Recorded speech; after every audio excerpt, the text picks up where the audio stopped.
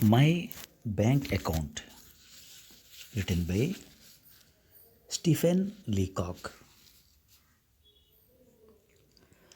Whenever I go into a bank, I feel frightened. Everybody and everything that I see there frightens me. As for the manager, the sight of him simply terrifies me and makes me want to run away as fast as I can. As soon as I open the door of a bank, I lose my head. And when I try to do any business there, I behave like an idiot. I cannot explain the reasons for this, but that is how it always has been, and that is how it is now. When my salary was raised to $50 a month, I knew that I had to do something about it. I had to start putting my money in a bank, no matter how unwilling I felt to set foot in the place. And so I collected all my courage and set out for the bank. Timidly, I stepped inside and, with a great effort, I lifted my head to look around me. The sight of the clerks filled me with fear, but I bravely walked up to a window marked account. The accountant stood there like a figure of stone, waiting for me to speak. My tongue refused to move, but I swallowed hard, and at last I was able to ask in a voice that sounded strange to my ears. Can I see the manager, please? To this request, I added, but I don't know why, alone. I asked for the manager because I thought that everyone had to speak to the manager before opening an account at a bank. Certainly, said the accountant, unless he is engaged. I will go to see. He went away, leaving me standing there alone. Everybody seemed to be staring at me, and I felt most uncomfortable. Fortunately, the manager was free at that time, and the accountant took me to him. I looked at the manager. His face was calm and serious. It frightened me. I held my $56 tightly in my hand, which I kept all the time in my trouser pocket. Are you the manager? I asked him. It was a foolish question because I knew full well that he was. Yes, he answered. Can I see you? I asked, and I added once more, alone? The question seemed silly without this last word. A look of anxiety came over the manager's face. I was sure that he was thinking that I had some important and unpleasant information to give him. Perhaps I had found some mistake or even dishonesty in the work of the bank. This way, please, he said and led me to his private room. He turned the key in the lock. Here It is quite private, he said. No one will disturb us. Please take a seat. We sat down and looked at each other.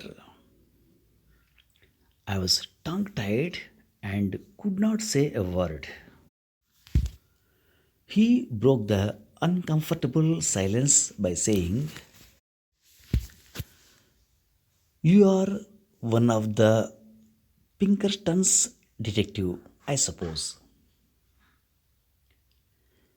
My strange behavior had made him think that I was a detective. I read his thoughts and they made me feel even more nervous. "No, not from Pinkerton's," I said. Such an answer made him think that I was a detective from some other detective agency. So I hastened to say, "To tell you the honest truth, I am not a detective at all." That, of course, sounded as if someone had accused me of lying. I was shaken, but I managed to go on. "I have come to open an account. You see, from now on, I would like to keep all my money in this bank." The manager looked less anxious. Now he was beginning to think that my nervous manner meant that I had an unusually large sum to deposit. Perhaps I was the feeble minded son of a millionaire. "A large amount, I suppose," he said. "Fairly large," I said in a voice that was little more than a whisper.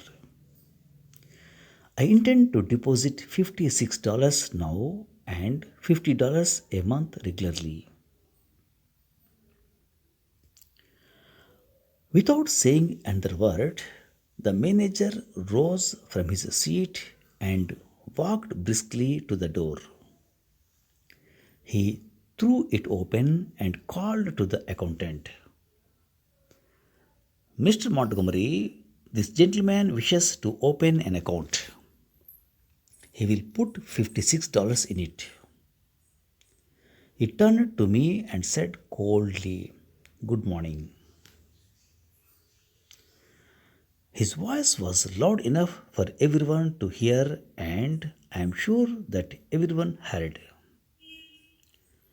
How I wished that I might sink through the floor and disappear.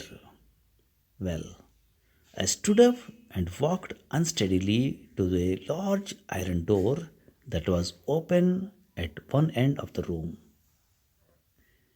"Good morning," I said, and I walked straight into the safe. "Not that way," said the manager. "This is the way," and he pointed to the door through which he had entered. I went up to the accountant's desk and pushed my money to him with a quick, sudden movement, as if the money were too hot for me to hold. My face was white and my voice shook as I said, "Put this into my account." Without saying anything, the accountant took the money and handed it to another clerk. He made me write my name on a piece of paper and sign my name in a book. By this time, I hardly knew what I was doing. My head was going round and round, and I could not see anything properly.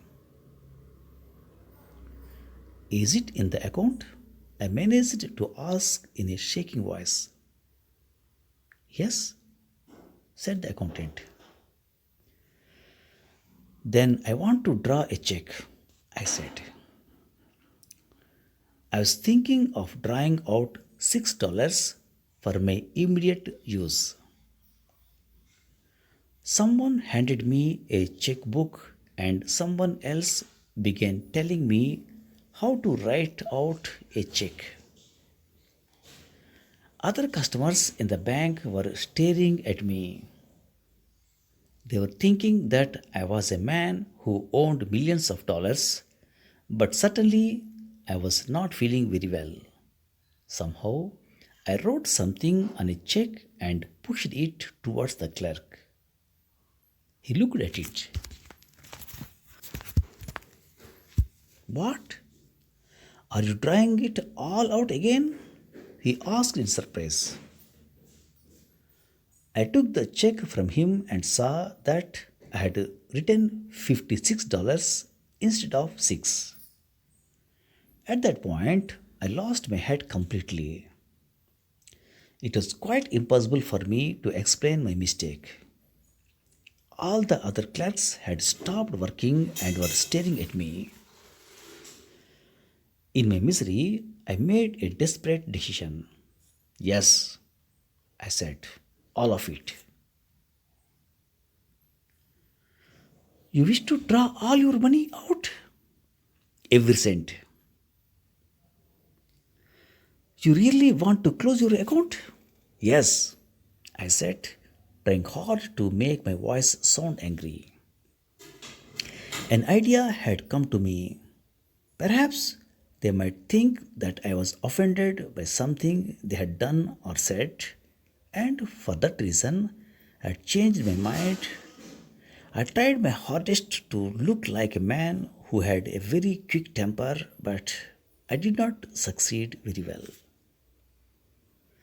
The clerk was ready to pay out the money. How will you have it? He asked. What? How will you have it? It was some moments before I was able to understand what he meant. Then I answered, in $50 note. He gave me one $50 note. And the 6? He asked coldly. In $6 note, I said. He gave me 6 $1 notes. I rushed out of the bank as if I were escaping from a house on fire. As the big door of the bank closed behind me, I heard a burst of laughter that seemed to shake the whole building.